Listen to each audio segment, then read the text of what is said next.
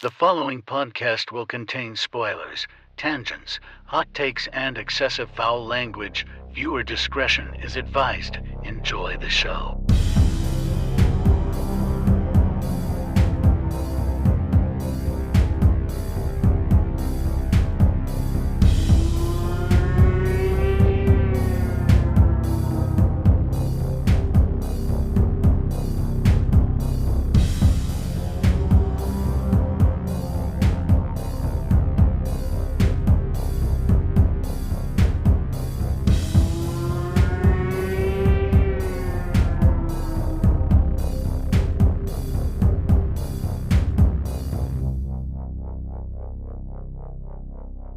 Greetings, horror fans, and welcome to episode 332 of Frightmares. I'm your host, Austin Proctor, and joining me today for 2007's Paranormal Activity is not Derek, but my wife, Gabrielle Proctor. Hello. So this is fun times we're living in. Derek and I actually recorded the whole episode, and for some reason, I deleted it because I was frazzled that day.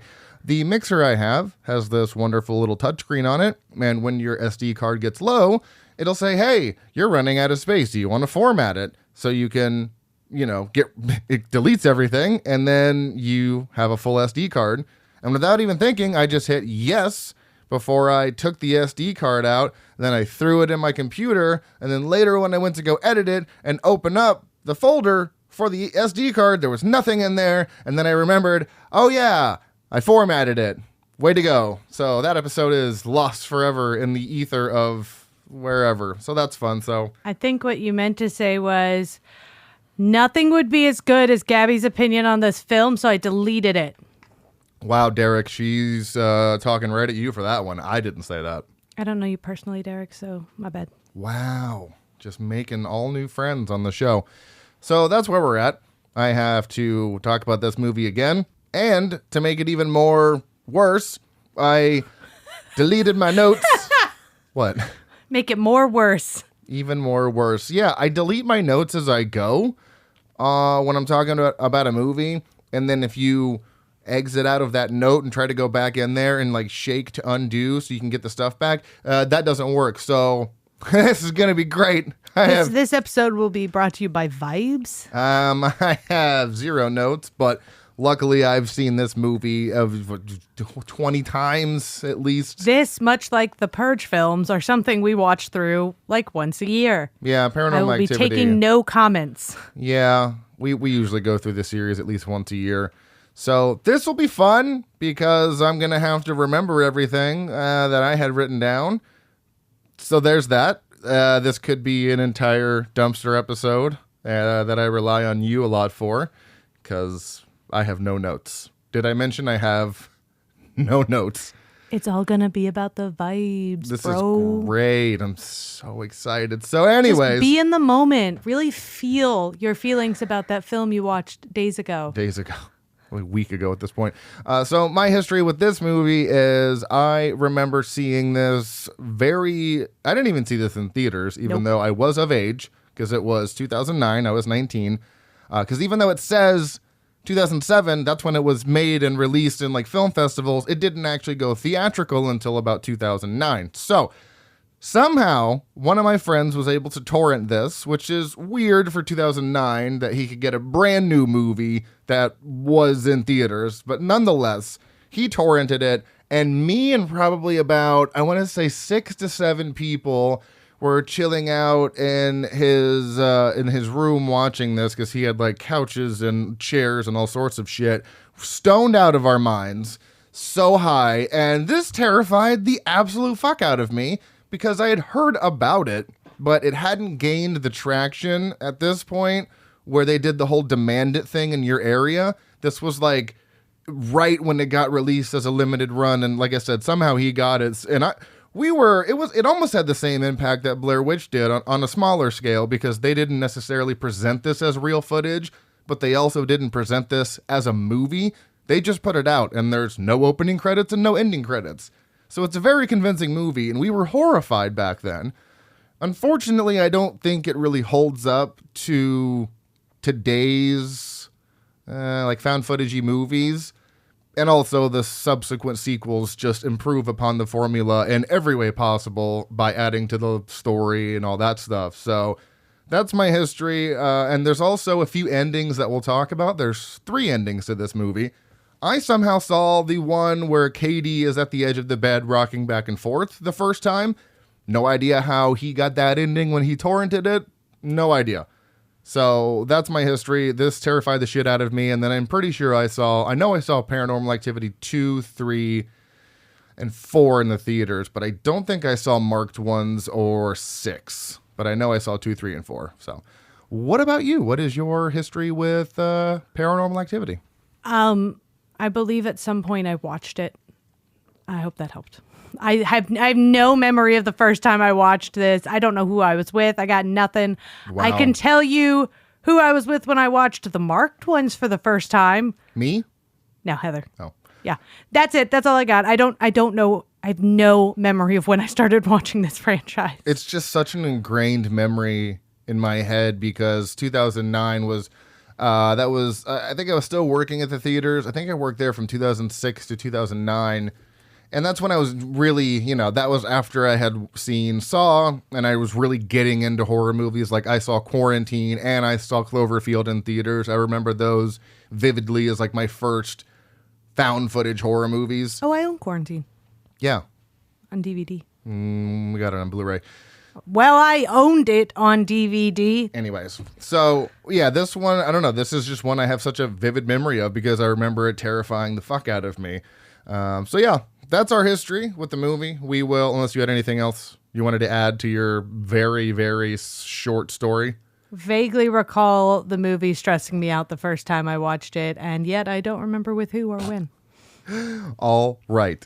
So we will get to the review on Paranormal Activity, but before we do that, we got to do this, and we got to talk about what did Jason Hill make me watch this week. We watched a movie. Well, you didn't. Derek watched it, and he liked it just about as much as I did, which was not a lot. Called House of Fears from 2007. The short description here, because IMDb's was sometimes IMDb has like a paragraph, and it's just unnecessary. I like the times IMDb's description is just like the start of the movie, and that's it. You're like, okay, that's not really like an apt description. That's just the opening sequence. Yeah, so I'm using Letterboxd, but it is the night before a local haunted house opens for Halloween. 6 friends sneak in for a few hours of fun. Soon after entering, they find themselves trapped inside with no way out. Bum, bum, bum. So this movie had the quickest cold open I have literally ever seen. It was 15 seconds of credits, presented by blah, blah, blah. And then 15 seconds of movie before it cuts to the title sequence. 30 seconds. And it was just some girl in a box going, Samantha, title sequence rolling. You're like, okay, this was alrighty. Very abrupt. Also, I don't know if I'm crazy or if this movie started out just like The Exorcist because they're digging in the desert and find some stone statue of some deity. I'm pretty sure that's how The Exorcist starts when they find the statue of Pazuzu, so that was weird. This did have shockingly good production value for a movie I've never heard of. The haunted house was very impressive. The lighting was good. The camera work was good. I enjoyed the editing as well because it reminded me of the Saw franchise, kind of those quick jarring edits for a couple seconds. Good time. Nice. This was PG-13 though, so the kills were lackluster and there was limited blood. I enjoyed the idea of fears coming to life, but it revolved around this statue that they never gave us any lore on, and that did not work for me. I'm sure an explanation might have been too silly. Maybe that's why they didn't do it. Maybe they didn't expand upon it, but maybe it would have helped. I don't know. Or it was for the mystery. That too. That they decided was necessary. And the way they got the fears manifesting to stop was like an accident. It just kind of accidentally happened. You're like, okay.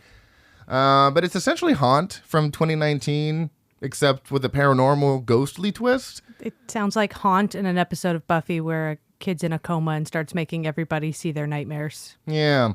So, but this is, 12 years before Haunt. And like 10 years after that episode of Buffy. And then even Hellfest, that was like 2014. So this predates most of those haunted house movies, even Hell House LLC, even The House is October Built. So, it definitely had a fun idea going into it. Didn't really nail it, just didn't really follow through with what was going on there. But whatever. So yeah, it was fine. It was fine. It was just disjointed. It was very disjointed, and there were like a lot of cool, creepy imagery and some jump scares, but it just didn't feel very cohesive. This has a 2.2 on Letterboxd, which I didn't look at this prior to, and I also didn't look at the title card because that's just... Wow. And that clown guy pops up at like the end for a few minutes. So that was fun. Jason gave it a 2 out of 5. He did not review it, but insert something snarky about mid 2000s movies being mid, something like that. And I gave it a 2.5 because there was a lot of good and a lot of bad. So right in the middle for me. You can watch this all over the place. Prime, Tubi, Plex, everywhere. So, once again, that is House of Fears from 2007. Jason says, check it out. You'll probably hate it. This one you might hate. But that's okay. I love Jason exposing me to all these weird, wacky movies I've never heard of. It's a lot of fun. Even if I don't like them, the price of the ticket is worth the admission or whatever. What is it? The ride is... What is it? What's that phrase? I have no idea. The ticket was worth the price of admission. I don't know. If there's a phrase out there, it'll probably come to me at some point. It was worth the price of admission? The ride was worth the price of admission? I don't know. Someone out there Sure. comment. Anyways, let's talk about the highest grossing movies and Oscar winners of the year. The highest grossing movie goes to Pirates of the Caribbean at World's End, bringing in $961.7 million. Highest grossing horror movie of the year goes to I Am Legend at $585.4 million, which is huge for a horror movie. This is the 80th Academy Awards presented on Sunday, March 24th, 2008, honoring movies released in 2007. Best actor goes to George Clooney for Michael Clayton. Actor in a supporting role goes to Javier Bardem for No Country for Old Men. Hell yeah, it did. Actress goes to Marion Cotillard for La Vie en Rose. Actress in a supporting role, Tilda Swinton, Michael Clayton. Cinematography goes to Robert Elswit for There Will Be Blood. Director goes to Joel and Ethan Coen for No Country for Old Men. Musical score, Dario Marianelli for Atonement. And Best Picture goes to No Country for Old Men. As I mentioned, I worked at the theater around this time. This movie was in theaters when I worked there. And I remember liking it at the time when I was younger. Oh, sorry, the description is, violence and mayhem ensue after a hunter stumbles upon the aftermath of a drug deal gone wrong and over $2 million in cash near the Rio Grande River. So yeah, I remember liking it, but not enjoying the ending. And I can't remember the last time I did see it. I know I saw it after it was in theaters. Now I appreciate it much more. I understand everything because I realized when I was younger, I watched movies so passively and was really not looking at the intricacies of the plot. So Javier Bardem gives what I believe to be his best performance. Dude is locked the fuck in, truly menacing. Josh Brolin is great as well. He is a small town simpleton, not the brightest person in the world, but he has the, that manly, I'll take care of me and I'll get it done. So it's a highly intense game of cat and mouse. And what I love is that they don't really bother giving you the story of what happened in the drug deal gone wrong. Yeah. It's not important. That's really not important. Javier Bardem's character is hired to retrieve the money and then he just kills fucking everybody in his path. It's really good. I really liked it. I know you watched this with me, but you'd seen this many a time before. I'd seen it once before. I tried As I told you previously, I had attempted to see it in theaters, but it had unfortunately left at the time. Oh, that's right. The story of attempting to see it is much longer than me actually seeing it, because I don't remember what happened when I saw it. I just remember when the trailers came out, Javier Bardem was so interesting in the trailer. I'm like, I need to see that movie. Tell us the fun fact about his character. The psycho. Like a bunch of psychiatrists got together and reviewed like 400 different characters in films, and all decided that his portrayal was the most accurate for that of a psychopath. Yeah. Which makes sense because, frankly, every time he gets in a room with a person, you're nervous for their life and you don't even know the person. Mm-hmm. You'd have had 0 seconds with that person. The second he looks at them or is in their space, you're now nervous because I'm uncomfortable. He actively invents reasons to justify on the simplest levels why someone has to die. Yeah, like the flipping the coin. Yeah. One of the characters says, you don't have to do this and I'm not calling it. He tries to force it. You need to call it because that is how I'm deciding whether or not you live or die. I think he's the only one that actually gets away. Is the gas station owner. Nah, him and the lady who was like, yeah, hell no, I'm not telling you a damn thing. When he tries to find, what's his name? Llewellyn, which is the most fuck ugly name I've ever heard. When he goes into their trailer park office and the lady's like, I couldn't say. He's like, well, I need to know where it works. I don't give that information out. This woman has got a I'm not doing that, so hard pass thing. And I think he's so thrown off by the fact that she is 0% intimidated that he just leaves. He does. Yeah. He looks kind of. He's a little taken aback, not so much that he wants to retaliate, but he's like, okay, well, I'm just going to go then. Bye.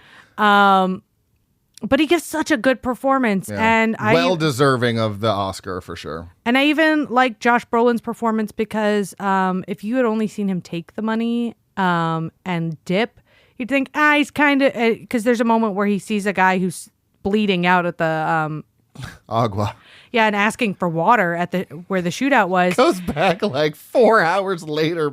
Buddy, don't return to the scene of the crime. But it's how you know that he may be making all the wrong moves and some dumb decisions, but deep down, he is a good person. He may not that may not be the who's at the forefront of what you see. It's like, deep down, he is a good guy. He's just making some really dumb choices. Yeah, that's why I said he's a small town simpleton who's not the brightest. But like the intensity, especially after we watched The Departed and stuff, just like the intensity. Like apparently we're going to watch films where I'm just going to be stressed for everybody. Stressed. Yeah. Really well done. Very good movie. It has a rating of a 4.3 out of 5. Well deserving. It's probably my favorite Coen Brothers movie because I'm not the biggest fan of their movies, but this one is utterly incredible. I ended up giving it a 4.5 out of 5 because I still am not a fan of that ending. It's like, Tommy Lee Jones is talking about these dreams that are allegories for what's going on in the movie, and it's whatever, it's fine, but I'm not huge on it. If you'd like to check it out, it is on Prime, and my review is psychopaths took to milk like Romeo to Juliet. So, because milk is the unofficial drink of psychopaths. Apparently. All right, so that is No Country for Old Men. Let's go to the IMDb Roundup. This is Paranormal Activity. I'm going to butcher that name. I have such a hard time saying paranormal. Paranormal. Anyways, from 2007, not released until October 16th of 2009 in the U.S., and then it dominated October for the next fucking century, or decade. Century. Tomato, potato. Yeah, there's 7 movies anyways. Rated R for language, that's it. Mild sex and nudity, mild violence and gore, moderate profanity, mild alcohol, drugs, and smoking, and severe frightening and intense scenes. Coming in at 1 hour and 26 minutes, listed as a horror mystery. This man did everything in this fucking movie. Directed by Oren Peli, who also directed Area 51, which is an underrated found footage movie. He also wrote this. He wrote the River Limited TV series, Chernobyl Diaries, and Area 51. No composer because this is a POV found footage movie and there's typically not a score. Oren Peli also did the cinematography for this movie. Nothing else. and edited this movie, but didn't edit anything else. He really moved on to producing. After this movie, but the budget was like really low, and then he made probably a fuck ton of money. And it's one of the highest grossing movies based on budget to what they made. It's the second highest one ever. Wow. So he probably was like, yeah, I'm never going to top this. I would stop making movies too. But he produced Paranormal Activity 2 through 7, Insidious 1 through 4, The River TV series, Chernobyl Diaries, The Lords of Salem, The Bay, and Area 51. So there you go. Starring really only 2 people, but I added 2 others because I didn't want this to be such a small section. But you have Katie Featherstone as Katie, who shockingly only has 16 credits, was also in Paranormal Activity 2 through 5 and 3 episodes of The River. You've got Mika Sloat as Mika, who only has 6 credits, but he was also in Paranormal Activity 2 and 4. Mark Fredericks as, they say psychic, but he's introduced as Mark Fredericks in the movie. He has 3 total credits, but he was also in Risk Cutters, a love story, as Zia's father. And then you've got Amber Armstrong as Amber, who only has 10 credits and was in Nothing I Have Ever Heard of. So budget of $15,000.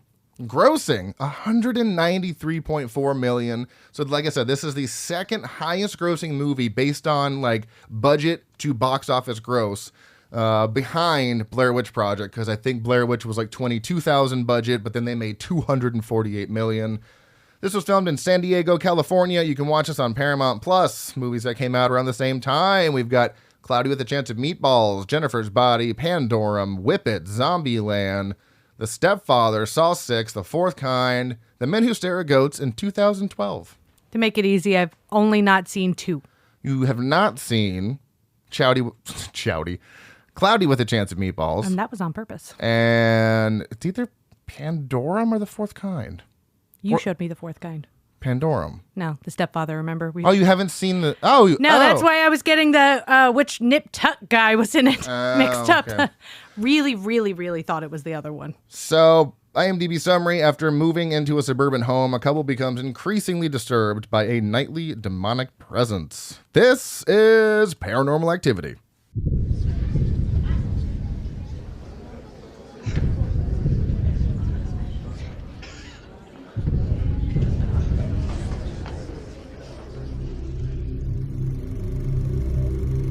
High-def camera on. My girlfriend Katie, she thinks there's something in the house. I don't know. You believe me, right? I think we're gonna have a very interesting time capturing whatever paranormal phenomena is occurring or is not occurring. Windows are locked, doors are locked, alarm is on. Hearing a weird sound. Something's here. I feel it breathing on me. There's footsteps in, but there's no footsteps out. Oh, God. Oh, my God. If you do try to play games with it, that's inviting it in.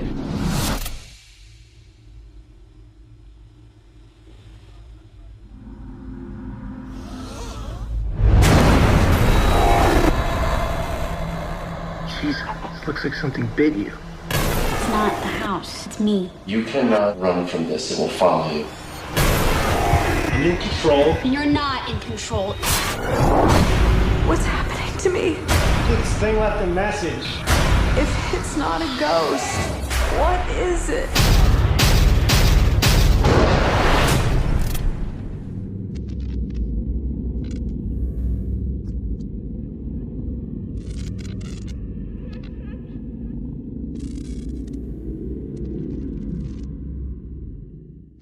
So, Gabby, overall thoughts on the first installment in the Paranormal Activity franchise? By itself, as a singular film at the time, stressful. Very stressful. And that's the thing, because we're so used to so many jump scares and people expect to see more and more in these kinds of movies. And nowadays, it would be considered underwhelming because not a lot happens. You have to be watching so carefully to the point where now when we watch films like Skinamarink, we are like straining our eyes trying to see the thing. There is no thing. That's also just a terrible movie. That's not the point. You know what I'm saying. That's beside the point. But in this case, you really have to be like focused in, paying attention, because if you're only half watching this, most of the time you're going to miss what's there. Yeah. So if you're really locked in, you've got a group of friends, it's fun to watch. I agree. My overall thoughts are, when it released, I truly believe this was one of the most terrifying movies of its time. However, unfortunately, as time has progressed, watching it now, it's not as effective. I still think it's a great movie, but as I mentioned before, all of the sequels, well, I'd say at least 2 through 5. Many of the sequels. Yeah, 2 through 3 for sure, and then definitely 5. 4 is fine, but they improve upon the formula and add in a whole bunch more scares, so that's my overall thoughts.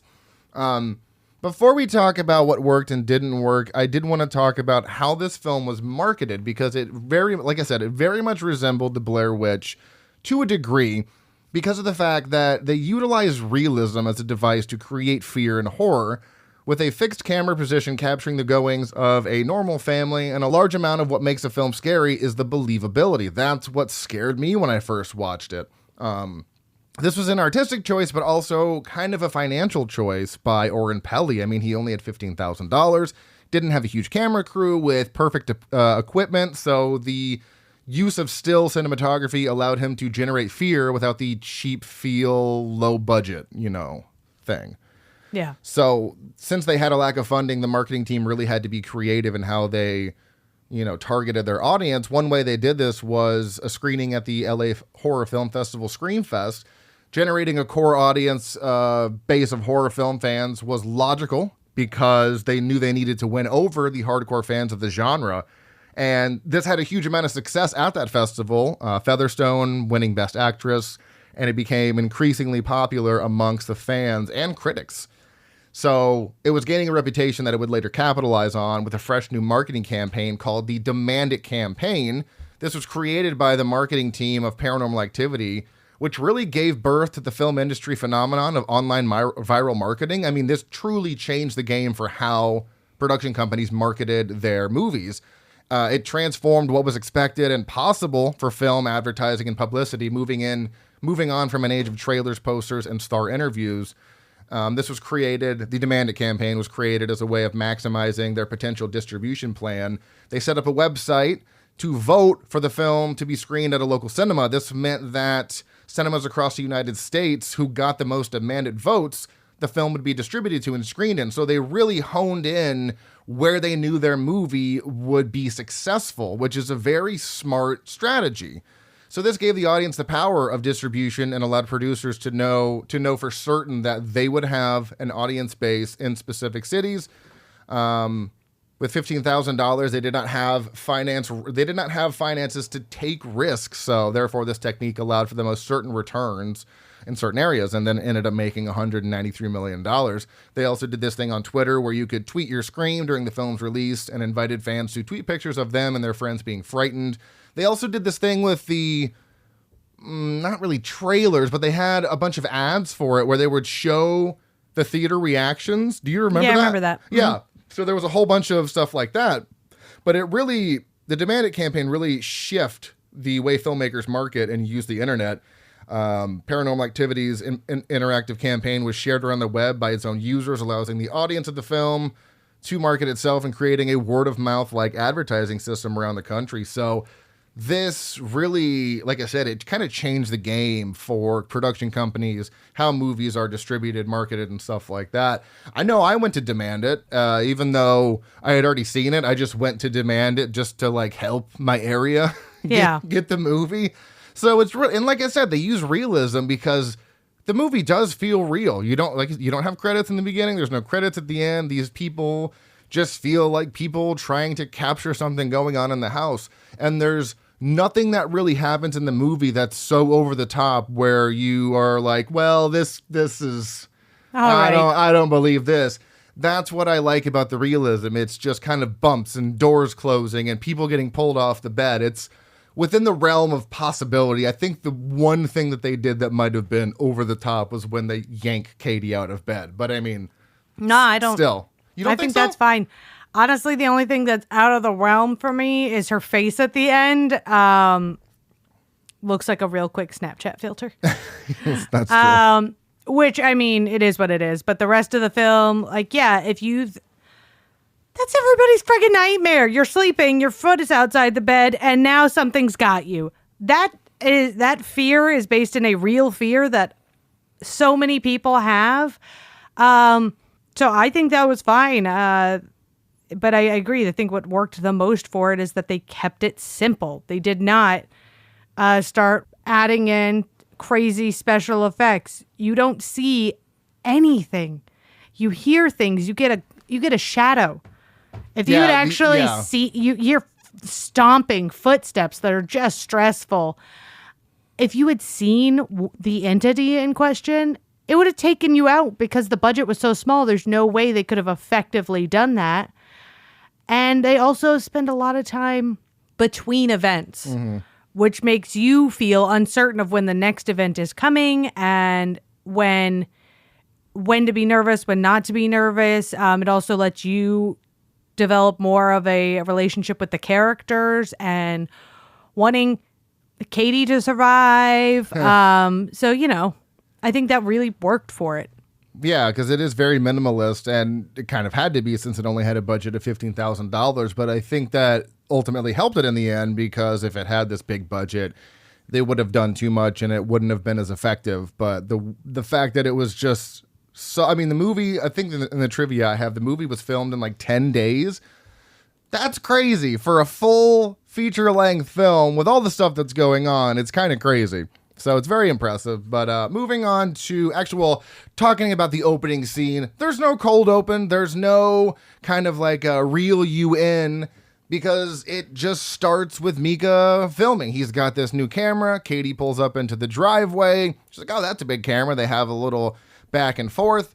And then that's it. It just goes. And then Micah explains, not indirectly, they kind of are just talking about it. He's like, yeah, well, we're going to capture whatever's going on here. So clearly before he got the camera, there have been some things happening, some stuff, some noises. And that's the goal of this movie, is to just see what we can capture and see if it's something we can get rid of. Yeah, and I think that's interesting too, because up until you see the first thing happen, you're like, all right, sure, whatever, man. Gonna record some ghosts. It's not, oh, they just happen to have a camera and catch something, let's film some more. It was like, now some weird stuff's been going on. We're going to see if we can catch it. Right, yeah, stuff is already going on. It's not like they're trying to provoke things. Well, I mean, okay, Micah does eventually start to provoke it. Boy, does he. Such a dick. Really? But yeah, so that's really the opening scene, if you want to call it that. So moving on to what worked. I like how it just starts. That's a big thing that draws me in with found footage movies, is they just kind of get rolling. Is there exposition? Sure, of course. It's very short and brief, but it just starts, and they just start going around, and then it starts cutting to, the night shots, and I love how they do the progression of night 1, night 2, or they're like night 5, night 13. I really like that aspect, and I feel that this movie really set that trope, because later on, as we come to realize in found footage movies, that's kind of a thing that happens a lot more after this movie. Yeah. Yeah. And speaking on found footage movies, it's crazy because, yes, the Blair Witch popularized, I'd say, found footage movies. But between 1999 and this movie's release, I guess in between 2007, because this was when it was made, there was only about, because I apparently got a list of every found footage movie ever made. It was like 500 movies. So I'm assuming that's most of them. But there was about 30 movies made in between 99 and 2007, right? So that's a lot. That's definitely a bump up from the 90s. But once this movie got released in 2009, you saw a wave of found footage movies. And in 2010, there were 50 found footage movies made, which is crazy. And even the ones in between, like I mentioned, there's 30 in between this one and Blair Witch. But I mean, the most recognizable ones would be like August Underground, Behind the Mask, The Rise of Leslie Vernon, Cloverfield, Wreck, Quarantine. Like those are like the 5 kind of bigger ones out of the 30 that were made. So I really do think this put found footage just into the stratosphere, because August Underground didn't get a theatrical release.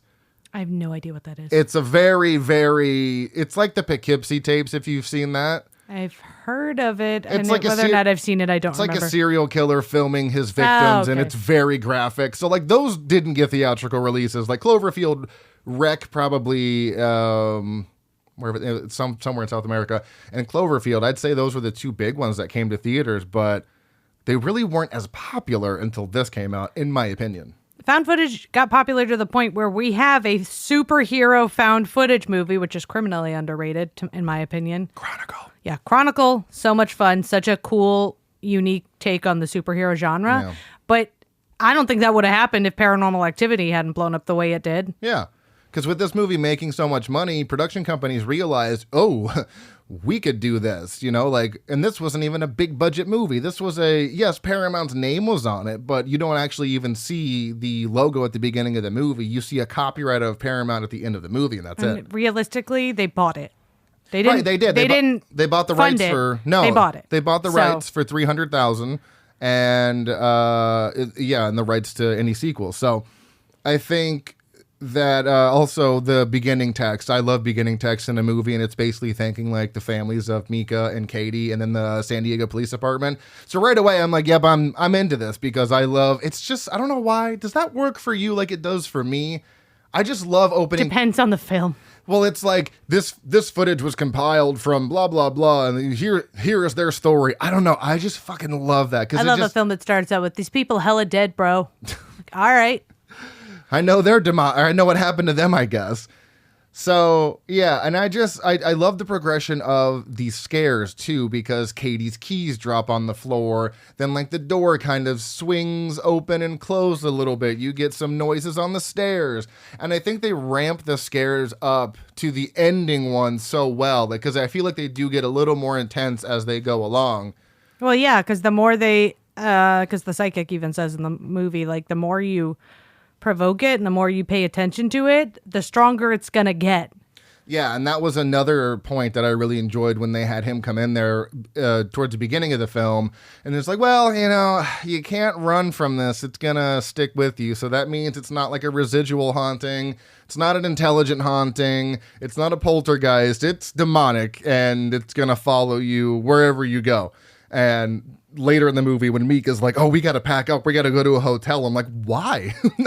Did you not hear the guy who said it's going to follow you so you can get out of there? Sure, but I mean, it's not going to affect. Yeah, that logic is always overruled by the if I just leave logic, because getting into a different space feels like the only thing to do.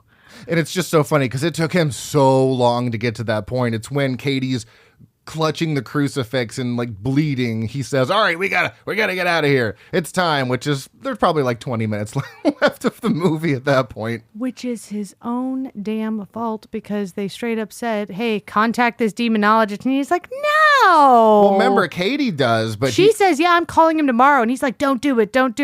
No, but she does call him, and he was he's out of the country. Yeah, remember, she calls him a while later because Mika insists that she not, but also insists on getting a Ouija board when she straight up said no and the psychic said no. So let's not do the thing that was recommended. Let's do whatever I want and make it worse, and then be shocked when the help you could have gotten early on isn't available, and now you're screwed. And now you're screwed. So, yeah, I do love some of the things they do to catch the ghost. And this is weird because I think the box set we have is extended cuts, because there's an EVP little segment in this that I don't remember at all. I feel like this was the first time I ever saw the EVP segment, but he does a little session and he's, you know, provoking it, and then he actually gets a little clip of like a growl.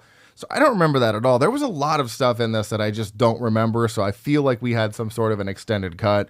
I'm not sure if that's a thing, but maybe I just didn't remember a lot, you know? Like I said, we've watched it so many times, and but because we've seen it so many times, we half watch it. That is true. Normally. Yeah. So it could have just been so long since we were actually paying attention. And there's times where I'll watch a movie so much, but one time I'll notice a scene I never noticed before, and I'm like, I guess I've just looked at my phone at this exact moment every time I've ever watched this. We've watched Encanto 14 times this year, and how many times have I come to you with something new I've noticed about the film? We've watched it 14 times. You'd think I would have noticed all this by now.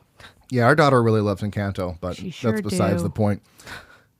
Some other kind of tropes that I feel this movie, I don't know if it invented, but I feel like it's, because like I said, this was a huge found footage movie, but the stop filming me, that's a trope that's in a lot of found footage movies, or like turn the camera off, that's in a lot of them. I mean, they did that in Blair Witch, I'm pretty sure, but and then the boyfriend or the husband who always wants to get their wife or girlfriend to do a strip tease or watch them, like film them having sex. Like, I don't need that footage. I don't want it. I don't want to see that. I don't want to see myself doing that. So I think that's hilarious. That's a great trope I love.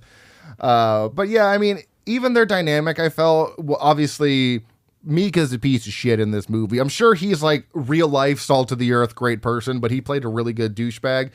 But it definitely felt in the beginning like that was a real couple going through what they were. Katie clearly wants to figure this out, and Mika is so much more interested in making this little movie or catching something. He's constantly provoking it, constantly calling it out and stuff like that. But their dynamic is believable. And for people who really don't act that much, I felt it was convincing enough. Yeah. I don't think they're the greatest actors, but it felt genuine and real enough for me to believe that these were They felt like real people. They felt like real people. Exactly. So, okay, at least we're on the same page there. I don't have my notes, like I said. I'm sure there were other things that worked for me. I just can't remember. So why don't we go to what didn't work? I feel like you have some things to say about what didn't work. Okay. Oh, here we go. No, honestly, there wasn't a whole lot that didn't work for me. Like I said, I really like the simplicity, the way they built it up.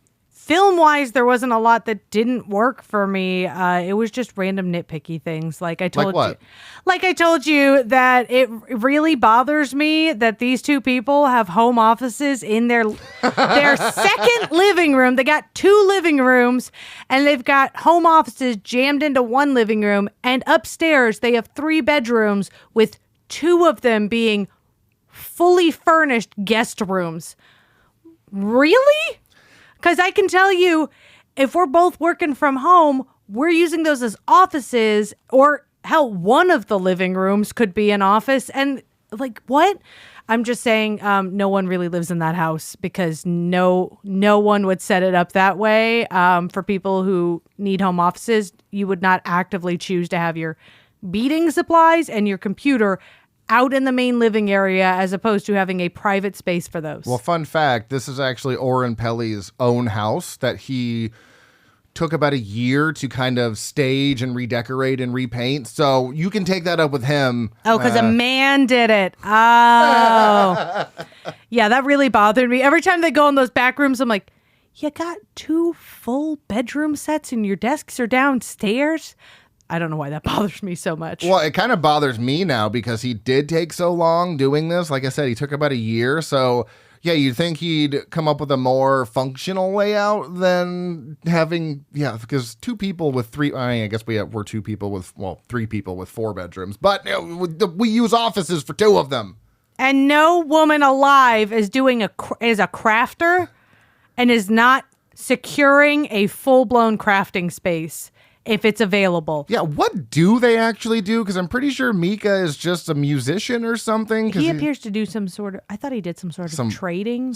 Oh, that's right. I think he did mention some trading or something. And she appears to make jewelry. It's probably a lucrative business back in 2009. I guess they're those people on House Hunters. Like I sharpen crayons and I catch butterflies for a living. We're looking at our budget is $2 million. Like, what? What? Yeah, and this is San Diego, California, and that's a 3-2. That's a pretty expensive house, even for the time. With a backyard and 2 living rooms? Are you kidding? Yeah. So the things that don't work for me necessarily, I mean, I just don't like Mika. He's the worst. He's the worst boyfriend. I mean, I get what he's doing. He wants to catch this thing, but he just does not give a single solitary fuck about Katie's well-being. He is so much more just trying to provoke this shit. And it's like, dude, I think I'm haunted. I think I'm being possessed by demons. Let me get the camera. Let me get the camera. No, And to make it fucking worse, just solidifying what a dick he is to her until it gets so bad that it's already too late for her, and that's when he decides to pull his head out of his ass. That's when it's way too late. He's provoking the shit out of it, completely disregarding everything she says she doesn't want. And then when she's like, hey, I said I don't like this, he goes, well, somebody should have told me that they were haunted because I didn't bring a demon into this house. Like, motherfucker, who asked you to get the camera and the Ouija board? You're provoking it, and then you're blaming her for it even being there. Like she chose to do that. You're choosing to make it worse. What? I did find that conversation slightly funny, though, because he mentions, well, why weren't you ever going to tell me that you had that? Because, this stuff happened to Katie when she was younger, and now it's happening again. So he said, well, when were you going to plan on telling me that you've already experienced this? And, she's like, well, what am I supposed to do? Mention that on our first date? And he's like, well, maybe 15th, maybe 30th. I mean, I'd like to know if something like that happened. So I'm not agreeing with the statement he said, but it was just kind of funny. Like, you could have said something. Yeah. Now, here's the thing. Things that happen when you're a kid can feel so real as a kid. As an adult, they're weird. It's strange. So yeah, you're not going to just flash that information at someone, because why would you want to expose something that could feel embarrassing or traumatizing to you? And frankly, if he was that upset about it, he would have been trying to get rid of it instead of trying to get it to come out and play. Oh, yeah, for sure. So he's really just weaponizing that detail. Should she have probably disclosed it at some point? Yeah. But he's only weaponizing that to get back at her because he has zero legs to stand on. Yeah, I mean, it's just crazy how much he really does not care about her well-being. Or even when she said, you need to abide by my rules, and he goes in front of the camera, he's like, I guess I need to do this, or I need to listen to Katie, whatever. Is that man-child? Yeah, whatever. Is that good enough? No. Could you actually have some sincerity behind what you're saying? Could you actually act like you give a shit about your girlfriend? My God. And what's funny is thinking about this in respect to the second movie and Christy's husband, who also regularly dismisses her or makes jokes of the situation. Oh. This is clearly what happened. Fathers of daughters out there, when you don't have a stable father figure in your life. No shade to the mom's boyfriend, because he honestly was a pretty good, up until he wasn't there anymore. Yeah, but like clearly they had some male figure in their life issues because they both picked guys who dismissed them, belittled them.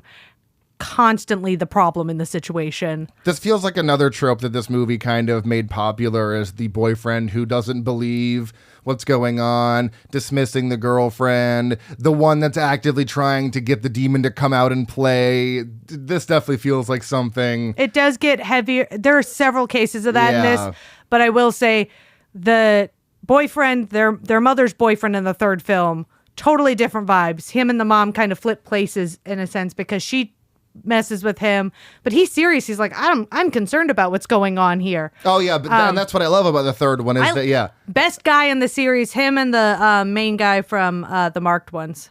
Yeah, and what's really funny, though, is the main guy from Paranormal Activity 3 really just looks like Mika with more curly hair, and it confused the shit out of me, and I always have to remind myself it's not the same person. But yeah, because he's the one capturing all the activity and watching it, and she thinks it's him fucking with her, so she's, she just dismisses all of it. So I do love that flip in 3.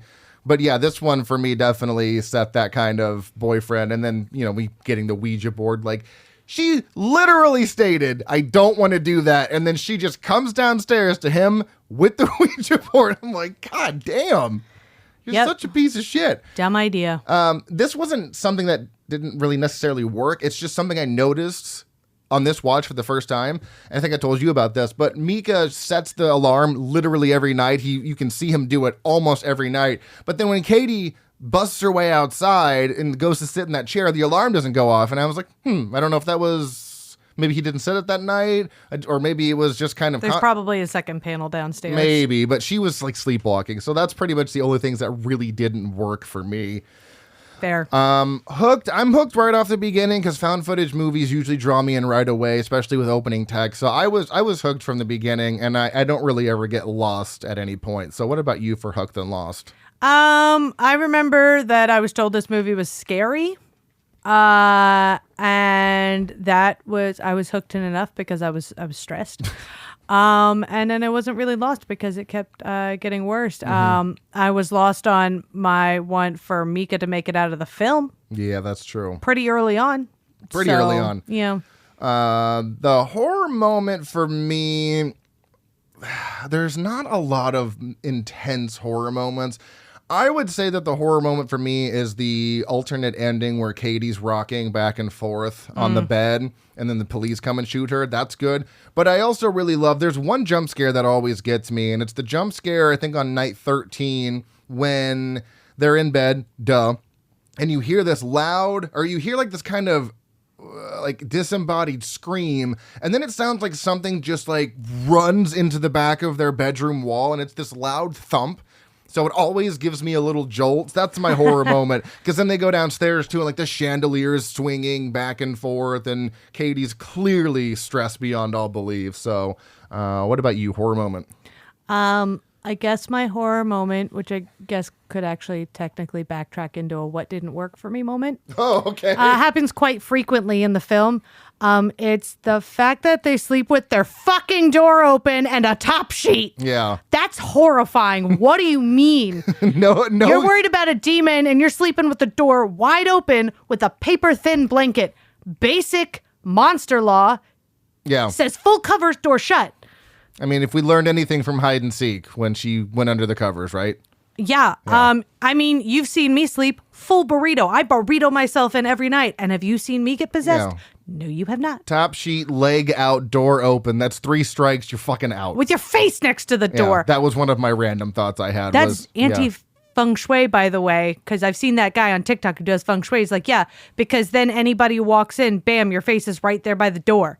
Yeah. Lunatic Gotta behavior. have your feet towards the door. Yeah, so it's easier to pull you out without having to spin you around. Exactly. You know?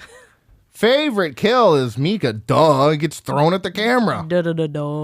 Or in some other cases, he gets stabbed. Favorite character for me is Dr. Fredericks, and it's solely because when he comes back the second time saying that the demonologist wasn't available, he comes into the house and he's like, whoa, this doesn't like me here. I'm sorry. I can't help you. We'll get in touch with the demonologist when he gets back. And then he dips. And I'm like, smart fucking man. 10 out of 10. Yeah, immediately dips the second he gets in there. Nope, this isn't, bye. There's some shit going on in here.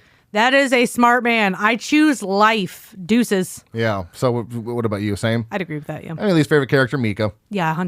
Mm-hmm. Favorite line for me is when Mika tells Katie, multiple times he tells her to chill out. But there's one time where he says, calm down, chill. Or he's like, pop a pill. Yeah, calm down, take a chill pill. And like, oh, no, he said pop a pill. Oh, I thought he said pop a chill. Maybe it's pop. No, he straight up said chill out, pop a pill. All right. Well, I thought he said something about a chill pill. But anyways, you never never in the history of telling someone to calm down when they're not calm. It's never worked. Just don't do it. It's just not gonna end well for you. And it clearly didn't as he gets, yeeted towards the camera. And honest to God, if you looked at me while we were going through something like that and told me to pop a pill, I would verbally rock your fucking world. Like, I'm going to demolish you now because in what reality would you think that was an okay thing to say to somebody? Is like, oh, just take some meds. You'll be fine. Like, what? Well, that was the wrong thing to say because now I want to see you verbally abuse me, which is weird. Yeah, that is weird. Maybe you need to address that with somebody. So that's my favorite line. Did you have a favorite line? I don't know. Anytime Katie went, Mika! That was a good one. I forgot to mention 2 other things I enjoyed real quick here. The moment when they go up into the attic and they find, Mika goes up into the attic and Mika finds that burned picture of Katie. That's actually kind of a pivotal moment in just the series or the franchise as a whole, because that actually comes back up in part 2, the burned photo, and then it actually, you see the origin of the photo in part 3. So that's actually a very pivotal moment, and it kind of makes you appreciate, if Paranormal Activity, the first one, you weren't huge on, it kind of makes you appreciate that scene more, because you get context for why it's there, and you get to see how the picture was taken. So I really like that scene. I think that's a really good scene. And there was one other one, I can't remember. Now it's gone, but I forgot I wanted to mention that one real quick. So let's talk about the endings before we wrap up here. Like I said, there are 3 endings to this movie. Steven Spielberg actually got a screener of this and was so terrified by it, but wasn't huge on the ending. The theatrical ending, the original ending was Katie coming upstairs with a knife and slitting her throat in front of the camera and then falling to the ground. That's how they ended it. But he convinced Paramount, Steven Spielberg, to give Oren Peli more money to do some reshoots. And this is the ending you see in the theatrical cut, which is her coming towards the camera. Nice. But then I don't even understand what's going on with the third cut, because the third cut is the one I mentioned earlier, which is the one that I saw, where Katie comes up the stairs with the knife, sits down on the edge of the bed, rocks back and forth until they get a phone call from like Mika's job asking where he is. And then eventually Amber comes by later, sees Mika's dead body and screams. And then the cops show up a few minutes later, coming up the stairs, and she walks towards them thinking it's Mika, and she's got the knife in her hand, and she's kind of not running, but she's got a pretty quick pace. And then they just plug her like 4 or 6 times, and then she dies. So the theatrical ending where she lunges towards the camera makes the most sense because of the sequels we would get later. And it's very interesting, because if Steven Spielberg didn't get involved and we got the ending where she kills herself, I mean, how would this franchise look? 2 and 3 would be wildly different. They wouldn't involve Katie. They wouldn't be going back in time, explaining more things. She's kind of like the biggest part of this franchise, because she's in 1, 2, 3, 4, and 5. Yeah. So it would be a completely different franchise. So the theatrical ending is not my favorite. It's my least favorite, as a matter of fact, but it does make sense because Katie shows up later. So it's kind of interesting how that happened. But anything else you would like to mention on Paranormal Activity that we didn't touch on? I feel like I didn't get to everything, but I did my best. I feel like we covered a lot. Okay. So moving on to post-review stuff here. Taglines. We have What Happens When You Sleep, Don't See It Alone, and Demand It. That's what we've got. Trivia, the actors weren't given scripts, but were given guidelines on how to behave or what to discuss in their scenes, very much like Blair Witch. Like I said before, filming completed in 10 days. Steven Spielberg actually had to stop watching the film halfway through on a home screener as he was genuinely spooked by the experience. He completed it in daylight hours the next day and loved it. Paramount, so here we go. Paramount acquired the U.S. rights. Okay, 350,000, not 300,000. Going on to make 193 million worldwide, making it the second most profitable film ever made. Oh, there we go. Based on a return of investment. That's the word I was trying to say earlier. Coming in behind Blair Witch, which cost 22,000 and made 240 million. Katie Featherstone and Mika Sloat received a reported $500 for their performances. Due to the success of the film, they renegotiated that amount. This entire movie was filmed in Oren Peli's house.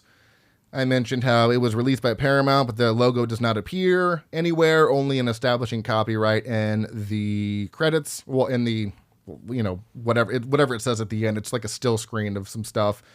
And during the first test screenings, people started leaving the theater. Originally, the crew thought this was because the film was not going over very well with its audience, only to discover that people left the auditorium because they could not handle the intensity of the piece. Nice. Yeah, and then all the special effects were practically done in camera and then later enhanced by director Oren Peli on his PC.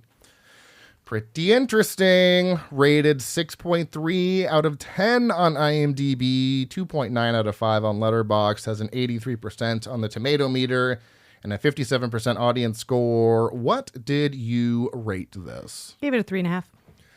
That's where I'm at. I originally had it at a 3. And had it on a 3 for the recording with Derek, but I was looking over all of the Paranormal Activity ratings, and I need to adjust all of them because This had the same rating as Ghost Dimension, which doesn't seem fair because by all accounts, that movie is not good. But it's like a guilty pleasure movie for me. I do still enjoy it. There's stuff I do like about it. Yeah, it's just silly because it's, that's the first one where you could see the activity. I like what you're going for, but it doesn't really make any sense. I thought that was fun. And I appreciated that the parents were more abrupt on dealing with the situation instead of just keep waiting it out forever. Yeah, there is a lot of waiting it out in the Paranormal Activity movies. And also that one guy's in it. Yeah. With the mustache. Mm-hmm. I don't remember what his name is, but he's in it. Good old what's-his-face. Similar movies according to Letterboxd, we have Insidious, The Blair Witch Project, The Conjuring, Host, and The Conjuring 2. And similar movies according to IMDb, we have Paranormal Activity 2 through 6, baby. You don't say. You don't say. So there we are with that. What do you got for funny reviews here? 4. Ooh. We probably have a lot of similar ones, but that's okay. I try to scroll down when I can to get some different ones. Yeah. Okay, 3 stars from Amani Star. I don't know. You would think Quentin Tarantino directed this by the amount of goddamn feet shots. Yeah. He probably loves this movie. Right? 1 star from Diana. This is what happens when you sleep with the door open. Right. 100% agree. 5 stars from One Last Scare. Mika is a fucking idiot. It was true, so. That's funny. By all accounts, that's not really funny, but it's hilarious to me. 2 stars from Rhiannon. Katie has been living with demons her whole life, and she still sleeps with her leg poking out of the covers. Unrealistic. It's true. 4 stars from Jose Canas. They got what they deserved for being homeowners in their 20s. They'll be flaunting it like that. 2 stars from Polly Cashews. I sure hope the demon is a symbol of this couple's unhealthy relationship because it would be a weird coincidence otherwise. 4 stars from Madison Bolesworth. I can get down with a demon that wants to destroy toxic masculinity. Oh, that's hilarious. Mine also involves that. 3 stars from Cal S. Paranormal Activity? ? More like Mika's fragile masculinity. I knew you'd like that one. Frankly, Mika is the only one who had it coming. Katie seems to just be existing with it. Yeah, she's just trying. She just wants to live through this, not be possessed.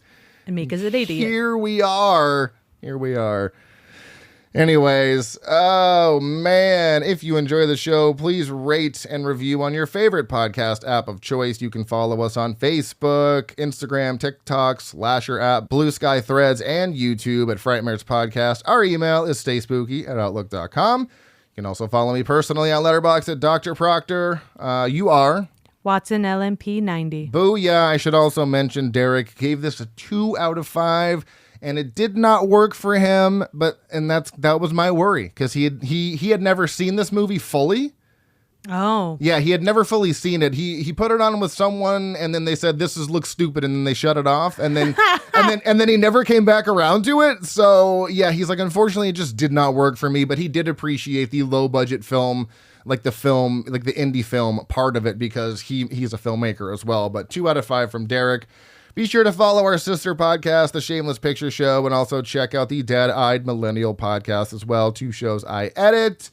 Next week, Corey and I will be doing Quarantine from 2008, another found footage-y movie. Fun fact, we were going to do The Happening. I bought The Happening, watched The Happening, took notes on The Happening, and then as I was doing the write-up for it, I was like, oh no, it's not listed as a horror movie on IMDb. So there's that. We had to switch it to The Conjuring. Switch it to Quarantine. So until then, stay tuned and stay spooky.